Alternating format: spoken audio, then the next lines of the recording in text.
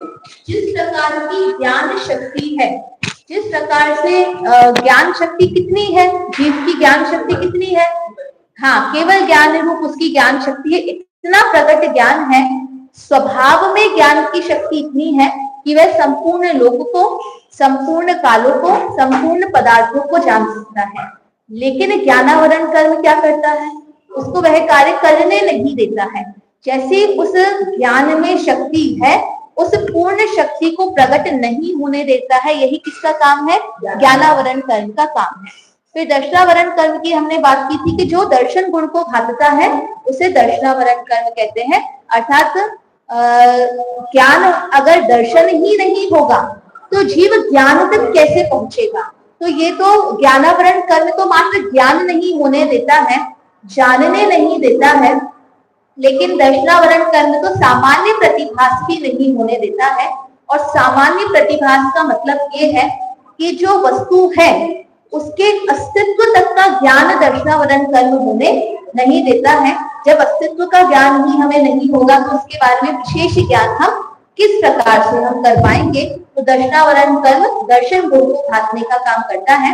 फिर हमने बात की थी वेदनीय कर्म की। तो वेदनीय कर्म का काम क्या होता है? जीव को सुख दुख रूप अनुकूल प्रतिकूल सामग्री जैसा उदय होता है, जैसे कर्म का फल होता है, उस रूप अनुकूल प्रतिकूल सामग्री प्रदान करने का कार्य रहता है। वेदनीय कर्म जीव को ना तो सुखी करता है ना दुखी करता है, मात्र संयोग उपलब्ध कराता है। जीव स्वयं के मोह के वशीभूत होकर इष्ट अनिष्ट मान्यता से किसी पदार्थ को इष्ट मानकर उसमें साकार रूप अनुभव करता है, किसी में असाकार रूप अनुभव करता है। ये हमारे वेदनीय कर्म का कार्य होता है। और हमने ये भी देखा था कि प्रत्येक कर्म के बंधन के कारण क्या है, उनके आश्रय के कारण क्या है। तो दर्शनावरण, ज्ञानावरण, दर्शनावरण के हमने देखे थे तत्व प्रदोष, निंदा, मात्सर्य, अंतराय, आसादन और उपघात। तत्व ज्ञान के संबंध में प्रदोष लगाना, निंदा, मात्सर्य, अंतराय करना, असाधना करना, उपघात इत्यादि करना ज्ञानावरण दर्शनावरण कर्म के आश्रय के कारण थे। और वेदनीय कर्म में हमने देखा साता वेदनीय कर्म किसके कारण होता है? हाँ, भूत वृत्ति अनुकंपा दान सराग संयम आदि योग शांति शौच मुक्ति। अर्थात जीवों के प्रति और वृत्तियों के प्रति अनुकंपा होना, दान आदि का भाव होना, करुणा का भाव होना, सराग संयम, संयम असंयम, अकाम निर्जरा, बाल तप, सहनशीलता और शौच, ये जो भाव है ये किसके हैं? ये सराग संयम के भाव होते हैं। और ऐसे ही असाता वेदनीय कर्म क्यों बनता है? तो दुख शोक तापानंदन वद परिवेदनान्य असद वेदस्य आत्म परोभय स्थान्य असद वेदस्य।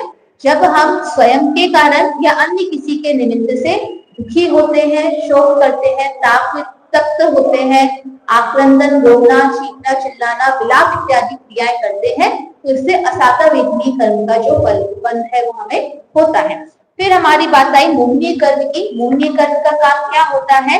जिस कर्म के कारण आत्मा सम्यक व चारित्र गुण को प्रकट नहीं होने देता है। जो कर्म आत्मा के सम्यक व चारित्र गुण को प्रकट नहीं होने देता वही मोहनीय कर्म है।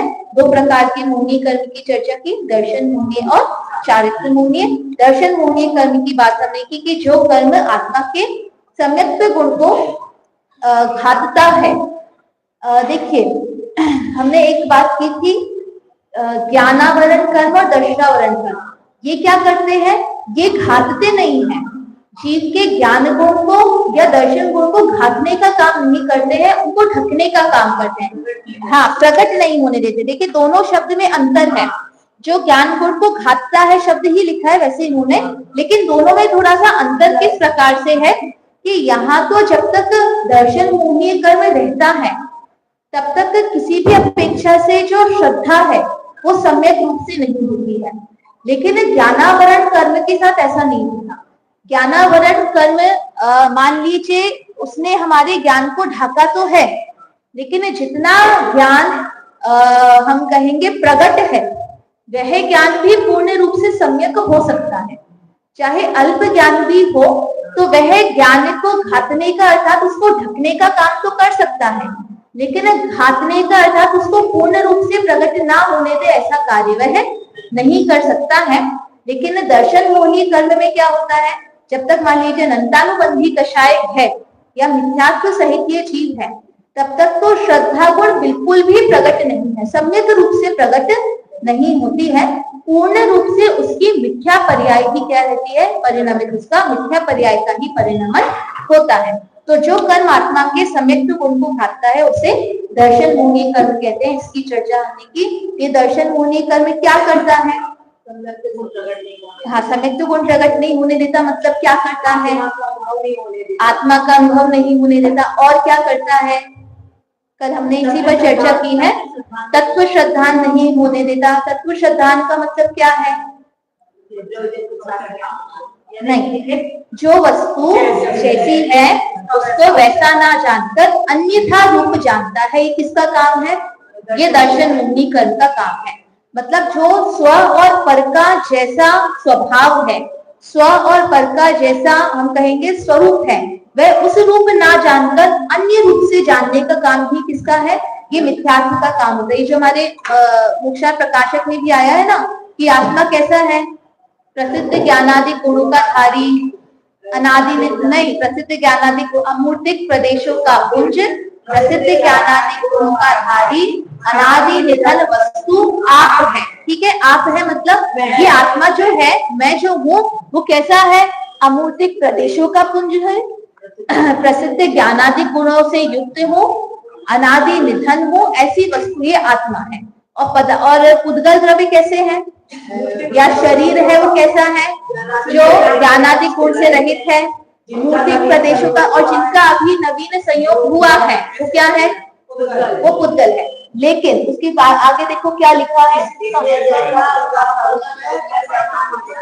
हाँ, ऐसा मानना जैसा स्व पर का स्वरूप है ऐसा मानना सम्यक है, और जैसा स्व पर का स्वरूप है वैसा ना मानना मिथ्यात्व है। और मिथ्यात्व ही क्या है, ये दर्शन मोही कर्म जो है ये वही मिथ्यात्व है। इसलिए जहां भी देखो वहां पे जो तत्व विचार की महिमा कही है, हमने कल भी इसी बात पर चर्चा की थी कि तत्व विचार की महिमा इसलिए क्यों है, वहां वो भी पंक्तियां यहाँ पर है। देखो तत्व विचार की महिमा, तत्व विचार रहित देवादि, इधर सबसे अंतिम पंक्तियां है, रहित देवादि की प्रतीति करे, बहुत शास्त्रों का अभ्यास करे, प्रतादिक पाले, तपश्चरण करे, उसके तो सम्यक तो होने का अधिकार नहीं है। और तत्व विचार सहित इन सबका अधिकारी नहीं करते हुए भी सबका अधिकारी हो जाता है। जो हम कल इसी बात पर जो हमारी चर्चा चल रही थी कि मोह सहित हम जितनी भी क्रियाएं करेंगे उनका कुछ भी फल हमको मिलने वाला नहीं है। क्यों नहीं मिलने वाला, क्योंकि जो लक्ष्य है उस लक्ष्य से विपरीत मुख करके हमारी सारी क्रियाएं हो रही है। अब ये जो तत्व विचार रहित ये जो जीव था, ये व्रतादि भी पालन कर रहा है, तपश्चरण भी वह कर रहा है, शास्त्राभ्यास भी कर रहा है, लेकिन ये सब क्रियाएं करते हुए भी वो मोक्ष मार्ग से दूर क्यों है, क्योंकि तत्व विचार नहीं है। मतलब सात तत्वों का जैसा स्वरूप उसको जानना था वैसा नहीं जानकर उल्टा जान रहा है, उल्टी मान्यता कर रहा है, और उल्टी मान्यता करने के कारण मोक्ष मार्ग से उसका उल्टी ओर है। इसलिए जितनी भी क्रियाएं करेगा वो कहाँ जाएगा, वो दूर ही होता जाएगा, वह मोक्ष मार्ग से भिन्न रास्ते पर ही वह चलेगा। लेकिन दूसरा व्यक्ति जिसे तत्व विचार है, जिसे सात तत्वों के स्वरूप का अवभाषण है, जो वस्तु जैसी है उसके स्वरूप का अवभाषण उस जीव को है, तो अब इस जीव का मुख किस ओर है, हाँ, उसका मुख सम्यक्त्व की ओर है, उसका मुख मोक्ष मार्ग की ओर है।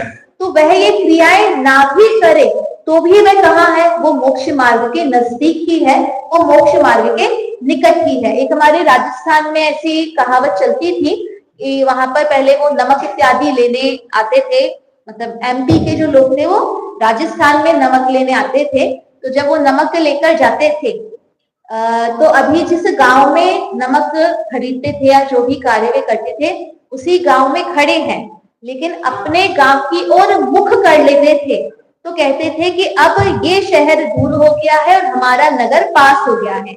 जबकि कहाँ पर खड़े हैं, उसी नगर में खड़े हैं, लेकिन उस नगर से मुख मोड़ लिया है। इतने में ही क्या हो गया है, वो नगर अब दूर हो गया है और हमारा नगर अब पास हो गया है। यही मिथ्यात्व के साथ या मोह के साथ हम कहें, मिथ्यात्व और सम्यक्त्व के साथ भी यही अंतर होता है। जहां हमने स्वरूप की ओर देखा, वही हम संसार से कैसे हो गए हैं, अपने आप ही दूर हो गए हैं। जबकि अभी संसार में ही बैठे हैं, सारी घर गृहस्थी के बीच में ही बैठे हैं, लेकिन अगर मुख आत्मा की ओर हो गया तो हम संसार से दूर हो गए हैं। अभी अरहंत सिद्ध होने में बहुत काल बाकी है। मात्र दृष्टि करने से, मात्र स्व सन्मुख होने मात्र से ही हमारा संसार क्या हो गया है, दूर हो गया है। और इस आत्मा में ही मेरा सारा स्वभाव विराजमान है, लेकिन फिर भी अगर संसार में दृष्टि है तो अभी भी मेरी आत्मा क्या है, मुझसे बहुत दूर है। जबकि कहाँ पर है हम स्वयं ही आत्म रूप है, हम स्वयं ही उस स्वभाव रूप है, लेकिन क्योंकि उस ओर हमारी दृष्टि नहीं है, इसलिए अभी भी हमारा आत्मा हमसे दूर है। और अगर उसमें दृष्टि कर ली तो भी संसार में रहते हुए मोक्ष हमसे नजदीक होता है। इसलिए यहाँ पे हमने कहा, जो दर्शन मोहिनी कर्म की बात आती है, या मोह कर्म को जो बलवान कहा जाता है, वो इसी अपेक्षा से कहा जाता है कि जो मोहिनी कर्म है, वास्तव में वही सारे कर्म बंधन में कारण बनता है। वही सारे हमारे दुखों का या संसार का जो भी कारण हमारा है, वो कौन है, वो ये दर्शन मोहिनी, ये मोहिनी कर्म ही हमारा होता है। इस मोहिनी कर्म के कितने भेद हैं, 3 प्रकार से भेद किए हैं। मिथ्यात्व, सबसे पहले तो मोहिनी कर्म के 2 भेद हैं, दर्शन मोहिनी कर्म और चारित्र मोहिनी कर्म। दर्शन मोहिनी कर्म का कार्य क्या होता है, ये सम्यक्त्व गुण को घातता है, और चारित्र मोहिनी कर्म का कार्य क्या है, ये चारित्र गुण को घातता है। कल हमारी एक चर्चा हुई थी कि जो हमारा जो नवीन कर्म बंध होता है, वो मात्र मोहिनी कर्म के कारण होता है। अन्य कर्म जो होते हैं वो निसंतान ही जाते हैं, उनके माध्यम से नवीन कर्म बंध नहीं होता। तो एक चर्चा आई थी कि सूक्ष्म लोग जो सूक्ष्म स्थान जो हमारा है, वहां पे कर्म बंध नहीं होता। तो वो थोड़ा सा प्रकरण में देखकर आई थी, तो वहां पर मोहिनी कर्म का कर्म बंध नहीं होता, चारित्र मोहिनी कर्म का कर्म बंधन नहीं होता है। ज्ञानावरण, दर्शनावरण, अंतरय और वेदनीय कर्म का बंधन तो हो रहा है, लेकिन कितना हो रहा है, जितना सूक्ष्म लोभ है उतना।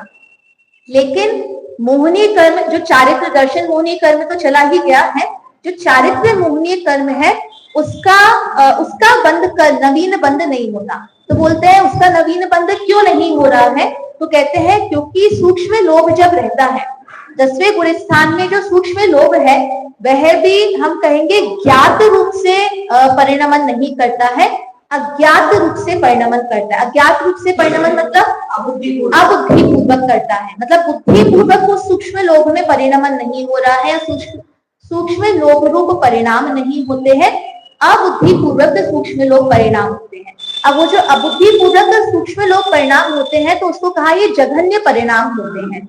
और जघन्य परिणाम में कभी भी नवीन कर्म बंध नहीं होता है। लेकिन नवीन कर्म बंध किसका नहीं होता है, मोहनीय कर्म का, चारित्र मोहनीय कर्म का।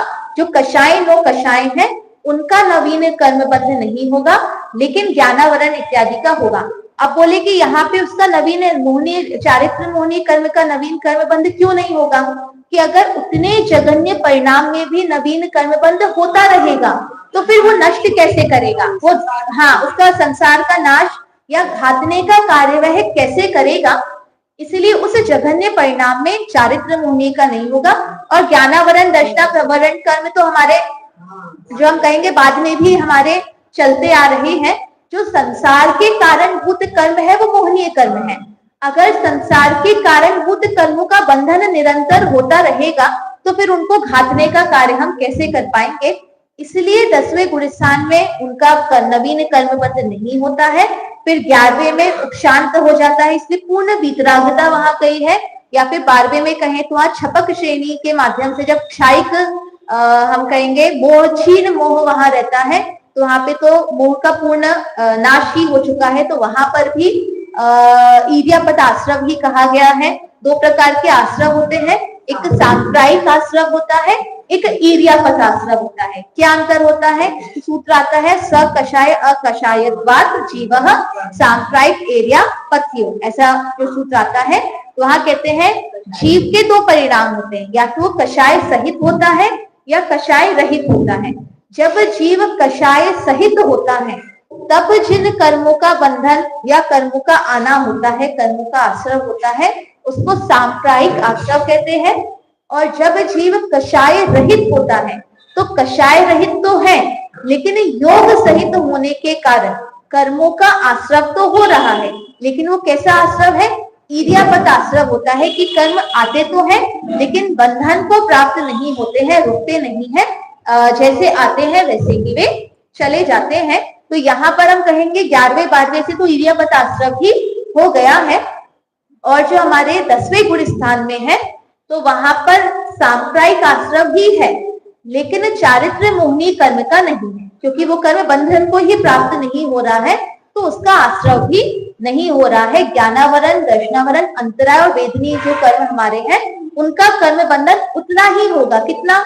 सूक्ष्म लोभ जितना, जितना जघन्य परिणाम है वो भी अबुद्धि पूर्वक है, उस अपेक्षा से होता है। अब मुझे बताइए कि ये जैसे हमने अभी बात की अनंतानुबंधी कषाय, अप्रत्याख्यानावरण, दर्शन मोहिनी कर्म पहले जाता है, मिथ्यात्व जाता है, फिर अनंतानुबंधी तो साथ में चला गया, फिर प्रत्याख्यानावरण, अप्रत्याख्यानावरण, संचलन सबसे सूक्ष्म लोभ होता है। इन सब में सबसे ताकतवर कौन है? सबसे ताकतवर सूक्ष्म लोभ है। हाँ बिल्कुल, हमें लगता है कि सूक्ष्म लोभ सबसे मतलब निर्बल है, बलहीन है, कि सूक्ष्म है ना, नाम से हम कहते हैं सूक्ष्म लोभ है, छोटा सा लोभ है, उसको तो नष्ट करने में कितना समय लगेगा। तो ऐसा नहीं है, सबसे ताकतवर है सूक्ष्म लोभ। और सबसे निर्बल कौन है? दर्शन मोहिनी कर्म, की जो सबसे पहले आउट हो गया। तो उधर गुणस्थान विवेचन में ही उदाहरण दिया है कि अगर कबड्डी का खेल खेले या कोई भी गेम खेले तो जो सबसे पहले आउट होता है वो कच्चा खिलाड़ी माना जाता है कि पक्का? और जो सबसे अंत तक गेम में रहता है वो पक्का खिलाड़ी माना जाता है। तो सबसे अंत में इस गेम में, संसार के खेल में हम देखें तो सबसे अंत तक कौन रह रहा है? कि सूक्ष्म लोभ रह रहा है। तो फिर सबसे पक्का खिलाड़ी तो कौन है? सूक्ष्म लोभ सबसे ताकतवर है, और दर्शन मोह तो उससे कम ताकतवर है। लेकिन जब भी हम, जैसे देखिए ये शास्त्रों के कथन करने की पद्धति होती है, कहीं पर दर्शन मोह को सबसे बड़ा, सबसे बलवान कहा गया है, तो वहां पर इस अपेक्षा से कहा है कि भाई जब तक दर्शन मोह का नाश नहीं करोगे सूक्ष्म लोभ तक तो पहुंच ही नहीं पाओगे। दर्शन मोह अगर जब तक बना हुआ है या अनंत संसार के कारण होने से, उस अपेक्षा से तो दर्शन मोह ही बलवान है। क्योंकि हमें जो सबसे अधिक मेहनत करनी है वो कहाँ करनी है? वो दर्शन मोह को तोड़ने में या दर्शन मोह के नाश करने में करनी है। अगर दर्शन मोह का नाश हो गया तो अब बाकी की पीछे की सेना तो अपने आप चली जाएगी। ऐसा हम कह सकते हैं कि दर्शन मोह सेनापति है और सूक्ष्म लोभ राजा है। तो सेनापति को भी हराना मुश्किल काम है, और राजा को हराया तो सब हार गए, या हम कहें राजा को हमने जीत लिया तो हम सब जीत गए हैं, ऐसा हम मान सकते हैं। लेकिन सेनापति को हराया तो हमने राजा को जीत लिया, ऐसा नहीं है।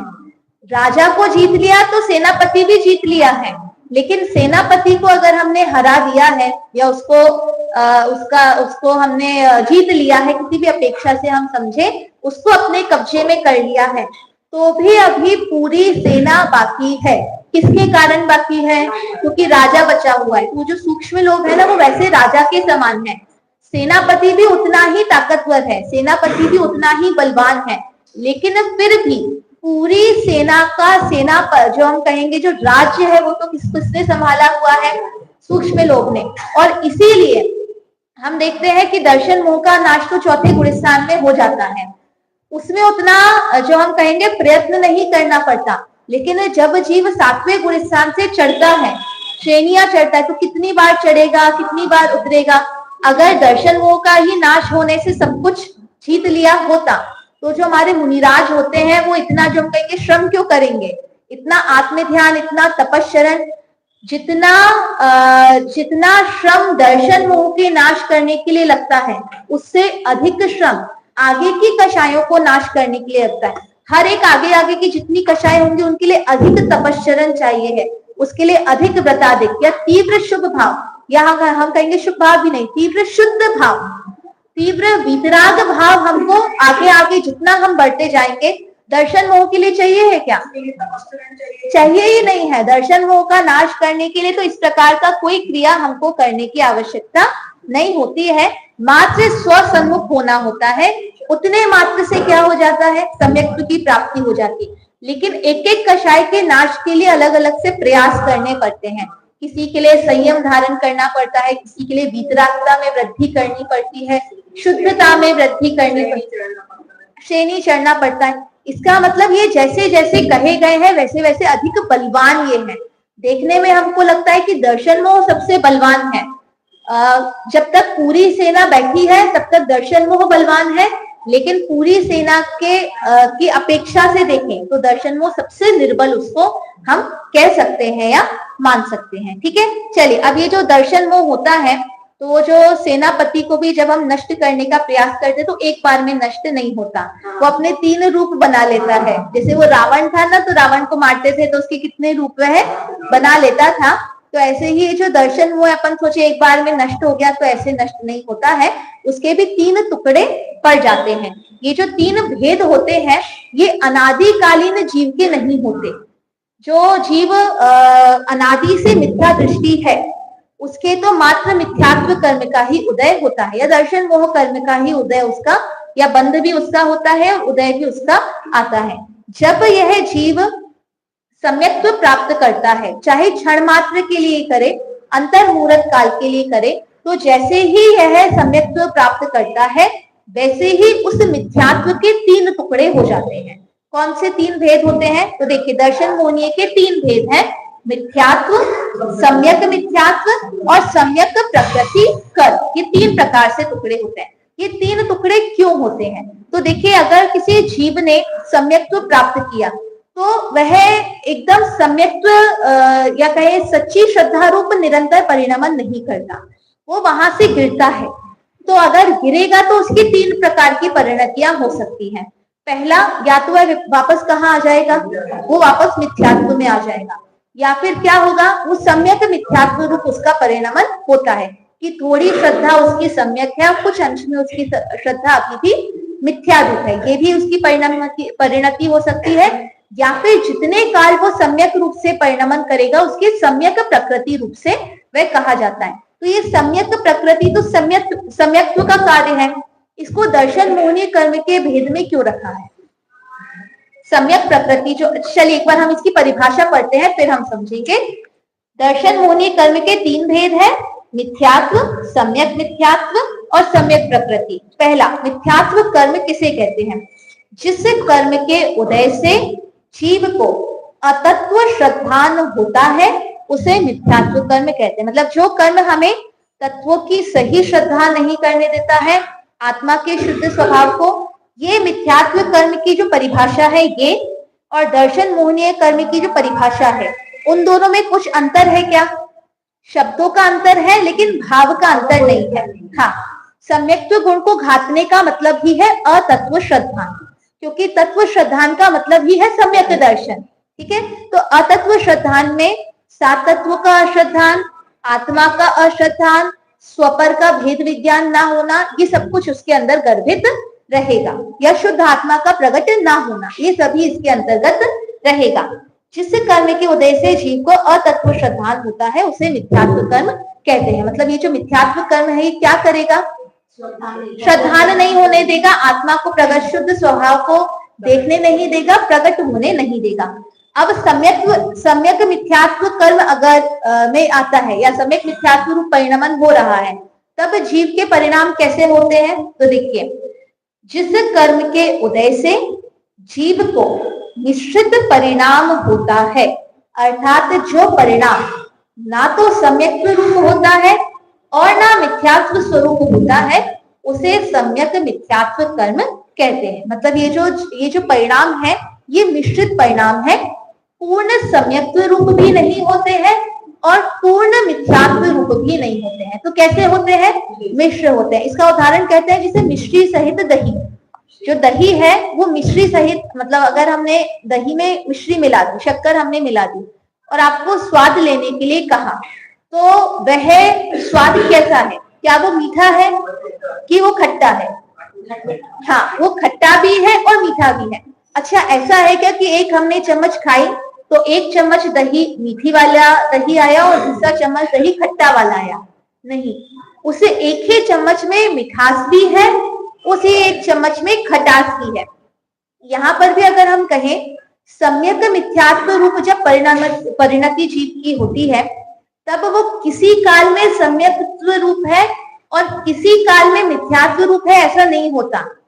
जिस काल में जिस अंश में सम्यक श्रद्धान है, उतने ही अंश में क्या है, मिथ्या श्रद्धान भी है। तो ये जो सम्यक मिथ्या श्रद्धान होता है, कैसे होता है कि देखिए, जो पदार्थों को जानता है उन पदार्थों में कुछ तो सम्यक श्रद्धान रूप हो जाएगा और कुछ मिथ्या श्रद्धान रूप होगा। मतलब जैसे आत्मा को वह जानता है, तो आत्मा के कुछ स्वरूप को तो वो सम्यक रूप से जान रहा है और कुछ स्वरूप को वो मिथ्या रूप से जान रहा है या अतत्व श्रद्धान रूप से वह जान रहा है। ऐसा नहीं होता कि आत्मा को तो सम्यक रूप से जान रहा है और अजीब पदार्थ को या पुद्गल पदार्थ को मिथ्यात्व रूप से जान रहा है। एक ही पदार्थ में सम्यक मिथ्यात्व रूप दोनों प्रकार की उसकी श्रद्धान रहती है। ये कैसे होता होगा? जैसे कभी होता है ना कि अगर किसी व्यक्ति के बारे में पूछें तो आप बोलोगे कि ठीक है, मतलब बहुत अच्छा भी नहीं है और बहुत बुरा भी नहीं है। किसी के लिए लड़का देखने जाए, लड़की देखने जाए, तो हम पूछते ना भाई कैसा है वो, तो बोले ठीक है, बहुत अच्छा भी नहीं है, बहुत बुरा भी नहीं है। तो बहुत अच्छा और बहुत बुरा किस अपेक्षा से कहा कि भाई उसमें सारे गुण सारे अच्छे नहीं है और सारे गुण पूरे पूरे भी नहीं है, कुछ गुण अच्छे भी हैं और कुछ गुण बुरे भी हैं। अब यहाँ पे थोड़ा ये अंतर पड़ सकता है कि बुरे ज्यादा है कि अच्छे ज्यादा हैं, उसके आधार पर फिर हम निर्णय करते हैं। ऐसे ही सम्यक मिथ्यात्व में भी हो सकता है कि सम्यक मतलब बराबर इक्वल तो नहीं होगा कि बिल्कुल 50% सम्यक्त्व है और 50% मिथ्यात्व है। हो सकता है 60% सम्यक्त्व श्रद्धान हो और 40% मिथ्यात्व, और उल्टा भी हो सकता है। और उसी के आधार पर वो ऊपर नीचे जाता है। जैसे सम्यक्त्व श्रद्धान मान लीजिए अधिक है, तो हो सकता है वो पुनः मिथ्यात्व में ना आकर ऊपर की ओर चला जाए, सम्यक्त्व रूप ही परिणमन हो जाए। और अगर मिथ्यात्व का जोर अधिक होगा या हम कहें परसेंटेज अधिक होगा, तो वो नीचे कहाँ आ जाएगा, वो मिथ्यात्व की ओर आ जाएगा। 50-50% नहीं होता कि बिल्कुल एकदम बराबर सम्यक्त्व है या बराबर ही मिथ्यात्व रूप है, मिश्र रूप है। जैसे दही में एकदम बराबर मिठास और खटास नहीं होती, कभी दही खट्टा अधिक लगता है, मीठा कम लगता है, और कभी मीठा अधिक लगता है, खट्टा कम लगता है। ऐसे ही सम्यक मिथ्यात्व की जो प्रकृति होती है, सम्यक मिथ्यात्व कर्म का जो कार्य होता है, वो इस रूप होता है कि उसमें जीव के मिश्रित परिणाम होते हैं। ना तो पूरे सम्यक्त्व रूप कहे जा सकते हैं, ना ही पूरे मिथ्यात्व रूप कहे जा सकते हैं, उसे सम्यक मिथ्यात्व कर्म कहते हैं। अंतर्मुहूर्त ही रहता है, हाँ, नियम से उतने ही काल वो रहेगा। सम्यक मिथ्यात्व कर्म का जो काल ही है अंतर्मुहूर्त, या तो वो नीचे जाएगा मिथ्यात्व में या वो सम्यक रूप परिणमन करेगा। निश्चित रूप से दो ही, मतलब बहुत लंबे काल तक वो सम्यक मिथ्यात्व में नहीं रहता है। अब देखिए, सम्यक प्रकृति किसे कहते हैं? जिस कर्म के उदय से सम्यक्त्व गुण का समूल घात तो नहीं होता, परंतु चल मल अगाड़ आदि दोष उत्पन्न होते हैं, उसे सम्यक प्रकृति कहते हैं। देखिए, सम्यक प्रकृति क्या होता है कि सम्यक्त्व तो प्रकट हो गया है और मिथ्यात्व कर्म जो है वो सम्यक्त्व को पूर्ण रूप से घात नहीं पा रहा, लेकिन जो सम्यक्त्व प्रकृति है उसमें अभी चल मल अगाड़ दोष विद्यमान है। अब ये चल मल अगाड़ दोष क्या होते हैं कि चल मतलब है कि बहुत चलायमान है, बहुत देर तक रुकने वाले ये कर्म नहीं है। मल रूप है, अंश रूप उसका मल रहता है। अगाड़ का मतलब भी क्या है, बहुत गाढ़े नहीं है। जैसे हमारे वस्त्र पर धूल मिट्टी लग जाए तो कितना टाइम लगेगा उसको हटाने में, कि हमने बस ऐसे ही हटाया और वो चला गया। मतलब वो जो धूल थी वो बहुत ज्यादा गहरी नहीं थी, चलायमान थी, कि हाथ से ही हमने झटकारा और वो जो धूल थी वो निकल गई। और कुछ ऐसा दाग लगा कि मात्र हमने पानी से धोया, उतने मात्र से ही क्या हुआ, क्योंकि वो गाढ़ा नहीं था, इसलिए मात्र पानी से धोने में ही, बिना कोई साबुन, बिना कोई घिसने वगैरह के ही वो क्या हुआ, वो निकल गया। तो ये जो मल था या ये जो दाग था, ये कैसा दाग था कि जब तक वो दाग लगा है तब तक उस वस्त्र को पूरा साफ है ये भी नहीं कह सकते, लेकिन वो दाग जैसा नहीं है। मतलब वो इतना हम कहेंगे बहुत मुख्य ऐसा दाग उसमें नहीं लगा कि हम उस वस्त्र को पहन ही ना पाए, या वो जो वस्त्र है वो बहुत ही ज्यादा गंदा हम कह सकें उसको, तो उतना गंदा भी नहीं है, लेकिन अगर दाग देखेंगे तो दाग तो अभी भी है। बस ऐसा ही जब सम्यक्त्व पर चलमल अगाढ़ दोष, अब वो कैसा चलमल अगाढ़ दोष होता है, ये कहते हैं केवल ज्ञान गम्य होता है, उसका वर्णन नहीं किया जा सकता। लेकिन इस चलमल अगाढ़ दोष का कार्य क्या होता है? सम्यक्त्व में दोष, बस जो सम्यक्त्व में किंचित दोष होता है बस उसको उत्पन्न करने का ये कार्य करता है। बहुत ज्यादा इसका जो हम कहेंगे विशेष कार्य इसका नहीं होता कि ये पूरा जीव इतना शक्तिशाली हो कि जीव को कहाँ ले जाए, मिथ्यात्व की ओर लेकर जाए, ऐसा नहीं होता। जो हम कहते हैं ना, कई बार हमने वस्त्र को अच्छे से साफ किया तो पूरा तो साफ हो गया, लेकिन कहीं कहीं कुछ कुछ एकदम हल्का दाग शेष रह गया है, बस उसी प्रकार का ये चलमल अगाढ़ दोष रहता है। कहने को वस्त्र पूरा साफ हो गया है, लेकिन मतलब मिथ्यात्व तो पूरा जा चुका है, लेकिन फिर भी कुछ अंश में उसकी जो हम कहेंगे ना छाया अभी भी बनी हुई है, उसकी छाप अभी भी थोड़ी हल्की सी बनी हुई है, बस उसी को चलमल अगाढ़ दोष कहते हैं। तो जिस वक्त जीव दर्शन मोहनीय कर्म का अभाव करता है उस समय उसके तीन प्रकार के भेद, तीन उसके टुकड़े हो जाते हैं, मिथ्यात्व, सम्यक मिथ्यात्व या सम्यक प्रकृति। इसका मतलब ये होता है कि जैसे जीव ने सम्यक तो प्रकट किया तो सम्यक तो प्रकट भी उसका अंतर्मुहूर्त काल का रहेगा, तो उसके बाद उसकी कौन सी अवस्थाएं रहेंगी? तो ये तीन प्रकार की अवस्थाएं हो सकती है, या तो वो मिथ्यात्व में आता है, या वो सम्यक मिथ्यात्व रूप परिणमित होता है, या सम्यक प्रकृति रूप होता है। अगर मिथ्यात्व में आता है तो उसका लंबा काल हो सकता है, कितना भी काल वह उसमें रह सकता है। अगर सम्यक मिथ्यात्व में आता है तो अंतर्मुहूर्त काल में या तो सम्यक रूप परिणमन करेगा या फिर मिथ्यात्व रूप परिणमन करेगा। और सम्यक प्रकृति का काल कितना होता है? 66 सागर। इसमें भी बहुत लंबे काल तक ये जो जीव है, हाँ, अच्छा, 66 सागर तक तो रहता है। अच्छा, 132, एक अंतर्मुहूर्त कम 132 सागर, ये बीच में आएगा, बीच में दोनों के बीच में आएगा। तो सम्यक प्रकृति का भी काल जो है वह भी लंबा काल हो सकता है। तो इस रूप जो जीव है वो परिणमन करता है। ठीक है, यहाँ तक हमारी बात हुई। अब देखिए जो दर्शन मोहनी कर्म है उसके आश्रव के कारण, उसके बंध के कारण क्या होते हैं, उसको क्या पूछ रही थी? मैं तो भूल गई। हाँ, कुछ पूछ तो रही थी, प्रकृति के बारे में पूछ रही थी। हाँ, सम्यक प्रकृति के बारे में पूछ रही थी। हाँ, मैं पूछ रही थी कि सम्यक प्रकृति में तो जीव सम्यक दृष्टि है, तो उसको दर्शन मोहनी कर्म के भेद में क्यों रखा गया है? सम्यक प्रकृति में तो जीव सम्यक दृष्टि हो गया है, तो फिर उसे वो दर्शन मोहनी के कर्म का भेद कैसे हो सकता है? हाँ, बस चलमल अगाढ़ दोष के कारण। ये जो चलमल अगाढ़ दोष है, इसलिए मैंने कहा पहले परिभाषा समझ ले फिर आप उत्तर दे पाएंगे। तो वो उतने से चलमल अगाढ़ दोष किसका है? वो दर्शन मोहनी कर्म का ही कार्य है, इसलिए उसको किसमें रखा गया है? उसको दर्शन मोहनी कर्म के अंतर्गत उसको रखा गया। यद्यपि वो है कौन सी अवस्था? सम्यक्त्व रूप अवस्था है, लेकिन मात्र उतने से दोष के कारण वो दर्शन मोहनी कर्म के अंतर्गत उसको, मतलब दर्शन मोहनी कर्म का उदय, वो जो चलमल अगाढ़ दोष है वो किसका उदय है? वो दर्शन मोहनी कर्म का, चाहे वो जगन्य उदय ही कहे या अल्प उदय ही कहे, लेकिन वो उदय का कारण तो कोई ना कोई होगा ना, तो दर्शन मोहनी कर्म है, इसलिए उसको दर्शन मोहनी कर्म के अंतर्गत उसको रखा गया है। ठीक है, अब देखिए दर्शन मोहनी कर्म का बंध किसके कारण होता है? तो नीचे देखिए फुटनोट में देखिए, केवली शुद्ध संघ देव आदि का अवर्णवाद करने से दर्शन मोहनीय कर्म का बंध होता है। सबसे पहले हम समझते हैं, हाँ, धर्म छूट गया है। केवली शुद्ध संघ धर्म देव वर्णावादो दर्शन मोहनस्य, ऐसा तत्वार्थ सूत्र का सूत्र आता है। सबसे पहले हम समझते हैं अवर्णवाद किसे कहते हैं। अवर्णवाद मतलब बोलते हैं वर्ण यानी रूप, हाँ, रूप यानी स्वरूप, बिल्कुल बिल्कुल यही उसका हम सार समझ सकते हैं। वाद का मतलब होता है कथन, ठीक है, कहना, और वर्ण का मतलब होता है रूप, क्योंकि हम रस रूप रंग, जैसे हम कहते हैं ना कि अगर हमें किसी को देखना है तो हमें दिखता क्या है?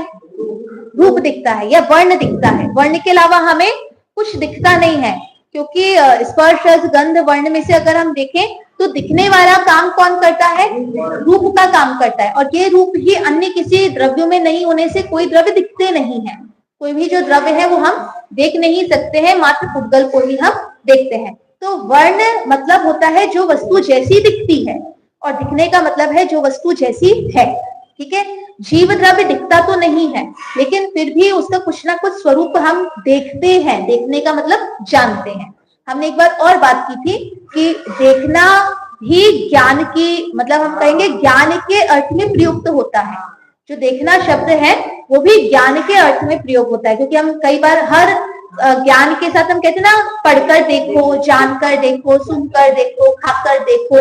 तो यहाँ पे देखने का मतलब क्या है? देखना नहीं, जानना। ठीक है, यहाँ पर भी वही अर्थ हम समझेंगे कि वर्ण मतलब है वस्तु जैसी दिखती है, और दिखने का मतलब जैसी होती है, जैसा उसको जानना चाहिए।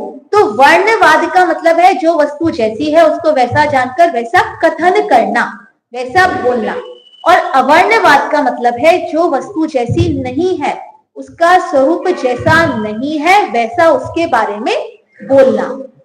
तो दर्शन मोहनी कर्म का जब बंध होता है तो हम किसके प्रति अवर्णवाद करते हैं, तब दर्शन मोहनी कर्म का बंध होता है। तो देखिए, केवली, शुद्ध, संघ, धर्म और देव, अर्थात केवली का, शुद्ध का, संघ का, धर्म का और देवों का जैसा स्वरूप है वैसा ना मानकर उनका अन्यथा कथन करना, उसको अवर्णवाद कहते हैं। जैसे केवली भगवान, तो केवली भगवान का वर्णवाद कैसे किया जाता है? जैसे कहते हैं वे कबलाहार करते हैं। जो केवली भगवान है वो अरहंत अवस्था में भी कबलाहार का मतलब होता है ग्रास करके, जैसे हम भोजन करते हैं ऐसे वे भी भोजन करते हैं। और जैसे मल्लीनाथ भगवान के लिए कहा जाता है कि वे भी स्त्री होते, स्त्री रूप में उन्हें मोक्ष की प्राप्ति हुई थी। तो ये केवली का स्वरूप नहीं है। जो केवली होते हैं वे कबलाहार नहीं करते हैं, स्त्री रूप में कभी भी जो केवली भगवान होते हैं विराजमान नहीं होते हैं। लेकिन हाँ, रोग हो जाना, इस श्वेतांबर इत्यादि में माना जाता है कि उनको कोई रोग हो गया था, तो उन्होंने, हाँ, पेचिस का रोग हो गया था, हाँ, अरहंत अवस्था में हो गया था, और उन्होंने कौवे के मांस का भक्षण करके उस रोग को दूर किया था। तो इस प्रकार का अगर जैसा केवली भगवान का स्वरूप है वैसा ना मानकर अन्यथा रूप से अगर हम उसका कथन करते हैं तो ये केवली अवर्णवाद कहलाता है। फिर आता है शुद्ध। शुद्ध मतलब जिनवाणी। तो जिनवाणी में हवन, यज्ञ, हिंसा इत्यादि का पोषण किया जाता है। इस प्रकार का अगर हम कथन करते हैं तो ये किसका अवर्णवाद है? ये शुद्ध का अवर्णवाद है। देखिए, हम तो कभी नहीं कहते ऐसा कि हम तो वीतरागता की पोषक की जिनवाणी कहलाती है, इस प्रकार से कहते हैं। हम केवली भगवान के लिए भी हम इस प्रकार के अवर्णवाद नहीं करते हैं। या संघ, धर्म, देव आदि के प्रति तो हमारा तो दर्शन मोहनी का बंदी रुक जाना चाहिए था, क्योंकि हम तो इस प्रकार का अवर्णवाद करते नहीं है। तो यहाँ पे इसको भी हम समझें कि जैसा स्वरूप है वैसा हमने जाना तो है पर माना नहीं है, और नहीं मानना मतलब वह उनका अवर्णवाद ही कहलाता है। किसी ने कहा कि अच्छे हैं तो हमने सुन लिया, लेकिन हम उन्हें मान नहीं रहे हैं। तो हो सकता है हम बोल तो नहीं रहे कि अच्छे नहीं है, लेकिन अगर मान भी नहीं रहे हैं तो ये उसी प्रकार का ही परिणमन है। तो अगर यहाँ पे देखिए, ये ना मुख्य रूप से ये आश्रव के कारण कहे गए। मुख्य रूप से अर्थात अगर हम केवली, शुद्ध, संघ, धर्म, देव का वर्णवाद करते हैं तो तीव्र दर्शन मोहनी कर्म का बंध होता है। लेकिन अगर ये नहीं करते तो दर्शन मोहनी कर्म का बंध नहीं होता, ऐसा नहीं है। ये तीव्र बंध के कारण है, मतलब इनके माध्यम से अत्यंत तीव्र रूप से कर्म बंधन होगा, तो उनकी स्थिति और अनुभाग अधिक रूप से हमारे बंधेंगे। अगर हमारे मन में इस प्रकार का भाव नहीं है या हम उनके सच्चे स्वरूप को जान रहे हैं तो हमारे दर्शन मोहनी कर्म का बंध रुक गया है, ऐसा नहीं है। क्योंकि अतत्व श्रद्धान काम कर रहा है। तो अतत्व श्रद्धान का मतलब ही है कि जैसा केवली भगवान का स्वरूप है वैसा नहीं जान रहे, जैसा जिनवाणी का, संघ का, धर्म का, देव का जैसा स्वरूप है वैसा जानते हुए भी मान नहीं रहे हैं, तो यह भी एक प्रकार का क्या है? अवर्णवाद है। बस अंतर इतना पड़ेगा, उसमें तीव्र है, इसमें उतना तीव्र नहीं होता है। जैसे हमें कोई परेशानी आती, समस्या आती, हमें मालूम है जिन्होंने भगवान हमारा कुछ नहीं करते, हाँ, तो भी हम उनके पास जाके हाँ भगवान हमारी बिल्कुल अवर्णवाद है। और जब हमारे लिए तो ये ज्यादा वर्णवाद है, क्योंकि हमें तो सच्चा स्वरूप पता है। जिनको नहीं पता वे जाकर प्रार्थना करें, वे जाकर विनती करें, तो अलग बात है। मतलब वो तो हम कहेंगे अज्ञात वाला जो हमने कल बात की थी ना, भगवान देते हैं, हाँ इसलिए मान रहे हैं। हमारे यहाँ तो देते नहीं है, तो भी हम बिल्कुल जो हमने कल जो बात की थी ना,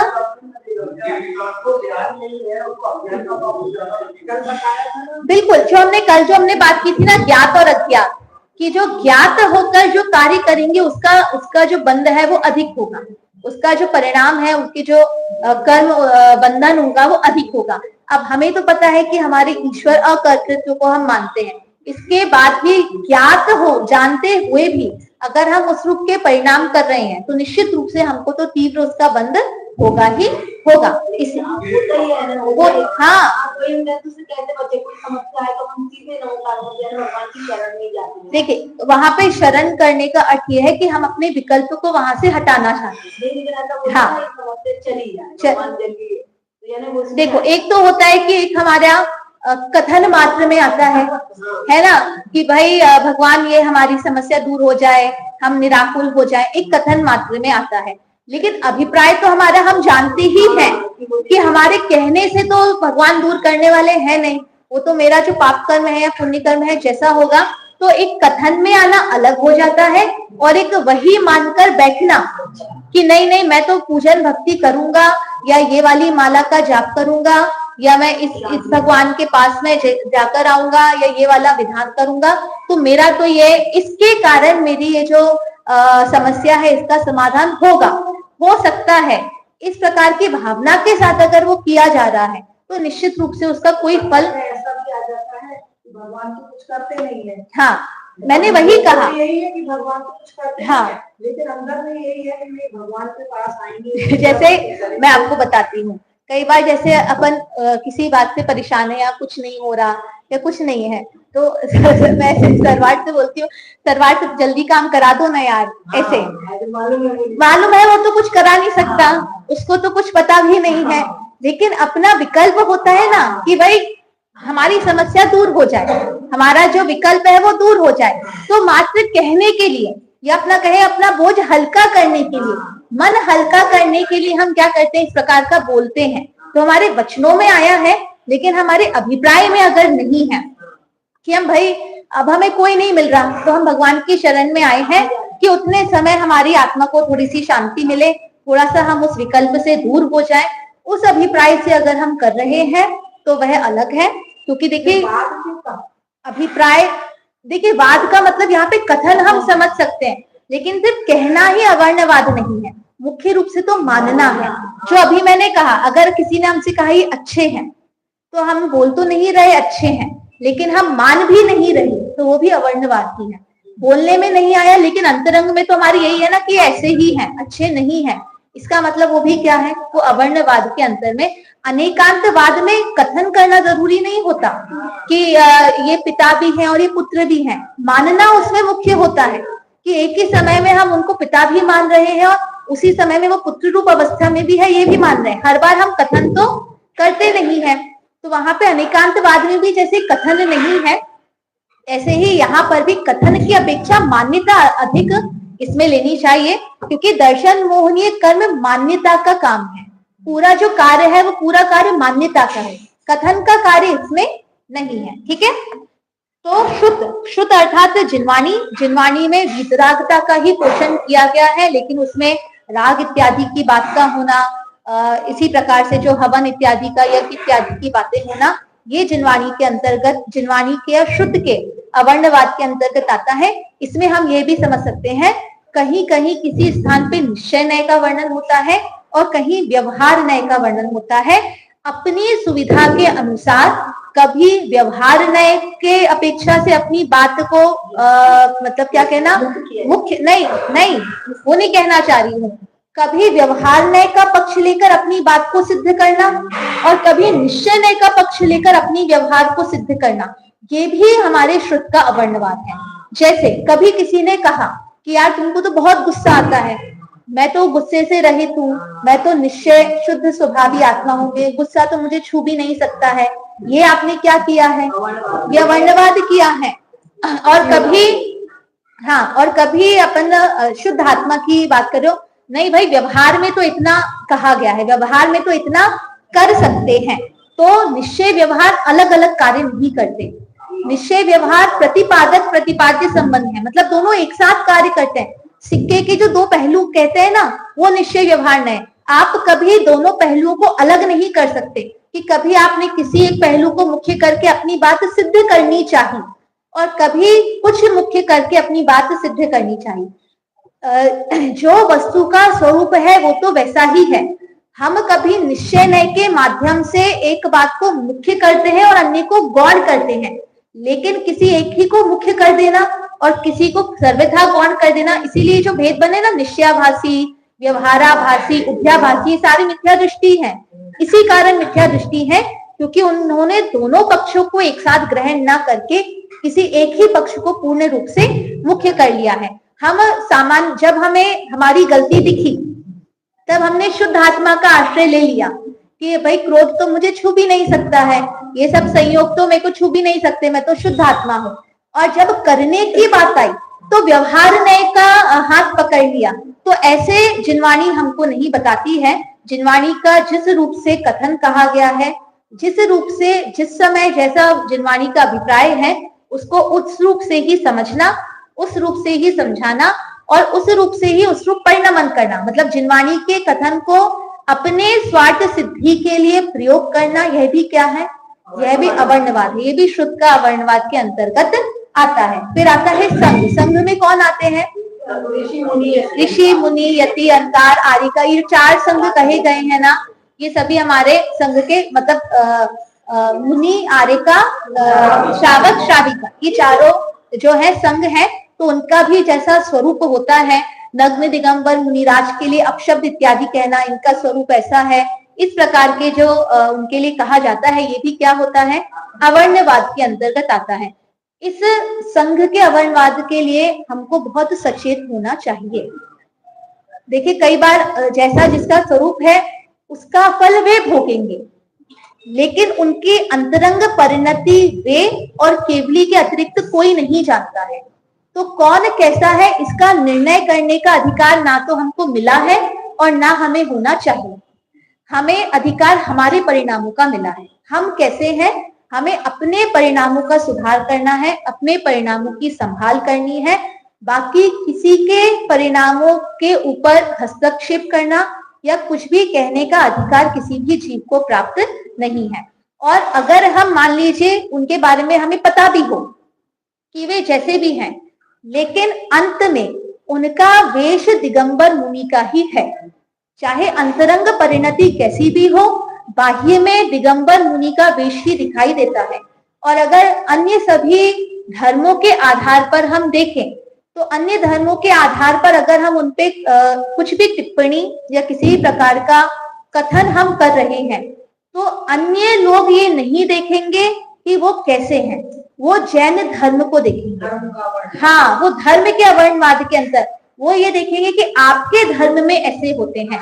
आजकल ये जो व्हाट्सएप इत्यादि के माध्यम से इतनी बातें फैलती हैं और हमारे ग्रुप्स में, हमारे फेसबुक पे और हर जगह इतने सारे लोग हमसे जुड़े हुए होते हैं, जैन भी होते हैं, नॉन जैन भी होते हैं, तो उनके समक्ष जब ऐसी बातें, और मुझे आश्चर्य होता है, मैंने अन्य धर्मों में इतना नहीं देखा कि वे उनके आपस में इस प्रकार का कुछ व्हाट्सएप वगैरह चलते हों। हो सकता है चलते भी होंगे, अपने उतने कॉन्टेक्ट्स में नहीं है तो अपने को पता नहीं पड़ता होगा, लेकिन अपने यहाँ तो भाई बहुत ही ज्यादा जो व्हाट्सएप बाजी जिसे कहते हैं वो कुछ कहीं हुआ नहीं, और उसका पूरा पूरा इतने लंबे लंबे व्हाट्सएप और फिर एक के बाद न्यूज़ में तक होता है। मैं वही कह रही हूँ, लेकिन अपने मतलब नहीं वैसा नहीं कह रही हूँ, आपस में जो कहेंगे ना कि उनका हाँ खींचातानी वैसा जैसा जो होता है उस प्रकार की बात। हाँ, उस प्रकार का मैं कह रही हूँ। तो उससे भी हमें बचना चाहिए। उनके अंदर मिथ्या ही है। हाँ, कह सकते हैं। तो देखिए, इन सब की जिम्मेदारी भी हमारी है कि हमें कम से कम उसको आगे बढ़ाने से रोकना चाहिए। कि इस प्रकार की जो बातें हैं या इस प्रकार का जो अवर्णवाद हो रहा है, अंतरंग को ना देखकर बाह्य वेश को ही अगर हम देखें, उस धर्म को ही अगर हम देखें कि हैं वो जैन धर्म के ही, जिस प्रकार का भी उनकी अंतरंग परिणति हो, वो उसका संभाल वो करे, है ना। और हमें तो ये देखना है कि हमारे माध्यम से, इसीलिए सम्यक दृष्टि के स्थितिकरण उपगुहन अंग आते हैं। वो किस लिए कहे गए हैं कि भाई फिर तो वो क्या करेंगे भाई, उपगुहन, उनको तो सम्यक्त्व की प्राप्ति हो गई है, उनको तो अधिकारी है बोलने के लिए वे तो, कि तुम्हारे परिणाम अच्छे नहीं है, तुमको ऐसा नहीं करना चाहिए। लेकिन वो ऐसा नहीं करते, वे उपगुहन करने का प्रयास करते हैं अथवा स्थितिकरण करने का प्रयास करते हैं। तो सम्यक्त्व जब प्रकट होगा तब होगा, कम से कम उसकी प्रैक्टिस तो हमें अभी से करनी ही चाहिए। उपगुहन स्थितिकरण करने का प्रयास हमें भी करना चाहिए। अगर स्थितिकरण जिसे कहते हैं ना, बुरा भला किसी का कर ना सको तो बुरा किसी का मत करना। अगर किसी के बारे में भला नहीं कह सकते हैं तो कम से कम बुरा कहने से हमें बचना चाहिए, इतना हम ध्यान रखें। तो ये संघ का अवर्णवाद है। देव आदि का भी अवर्णवाद होता है। इसका और जो विशेष है अब हम कल लेते हैं, क्योंकि हमारा समय बहुत हो गया है आज का। इसको और जो 4 प्रकार के 5 प्रकार के अवर्णवाद कहे हैं, इसकी विशेष चर्चा अब हम कल करेंगे।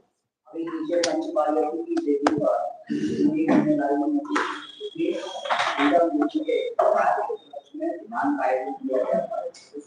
5,000 रुपये की राशि